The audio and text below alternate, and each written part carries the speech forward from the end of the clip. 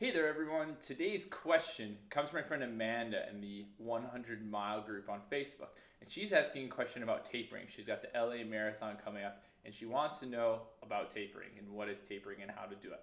So I'm going to explain a couple different things about tapering before I explain the process, okay? So in the course of your training for any race, training revolves around the concept of cumulative fatigue. What cumulative fatigue means is as you are conducting workouts, you are consistently stressing your body. And when you stress your body then recovers, and that is how you gain fitness, right? That's how basically general adaptation. So you're going and you're doing a workout and you fatigue your body, and then you let your body recover. And recovery doesn't mean sleep or doesn't mean just not do anything. It could be an easy day. It could be just over the course of time you recover and you learn how to recover faster. You took your time, you went to bed, you ate right, and so you recover more. So you're constantly fatiguing, recover, and then you let yourself have a recovery week every couple of weeks, and then you come back. And that's how you gain fitness. Now, as you get to the end of a training cycle and you get to a race, you may have been training 16, 20 weeks, and you've had this general fatigue, this cumulative fatigue the entire time. And what happens to your body is it's stressed out at this point. So you've started to maybe feel a little bit sick. Your body's been suppressing hormones that it's producing. Your body's kind of going a little bit out of whack because it's been training and just fatigued for this entire time. So what you do and why the taper is important is because the taper lets your body to finally fully recover, or to recover as much as it possibly can in order to go into the race.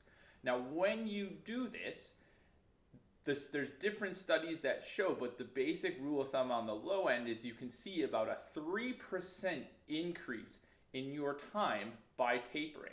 So that means if you were to run a 4-hour marathon without tapering, if you tapered correctly, you would be able to run a 3:53 marathon. So I don't know about you, but I'll take 7 minutes, of time. Now the taper obviously goes at the end of the race, before a race. It matters based on the person how you're going to taper, and there's lots of different schools of thought on it. I've tapered people different ways, and what I tend to do with taper is taper people based on how they've been training, and this is why I recommend.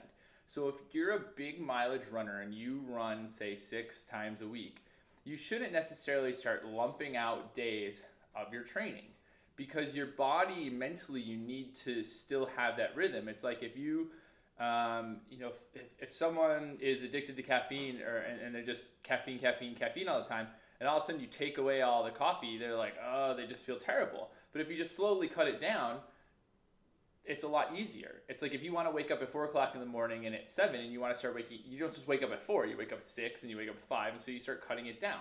That's what tapering is. Now, people tend to taper for 3 weeks, and I think that's too long. I think that's too long to taper. So what I generally recommend is about 2 weeks. So if your race is on Saturday, basically 14 days before the race, you start tapering. That week before 14 days, so 3 weeks out, you should basically have like your biggest week. So that's when you're having like simulation workouts and workouts that are really, really coming close to mimicking the race. All right. And all of your stuff at that point should be race pace stuff.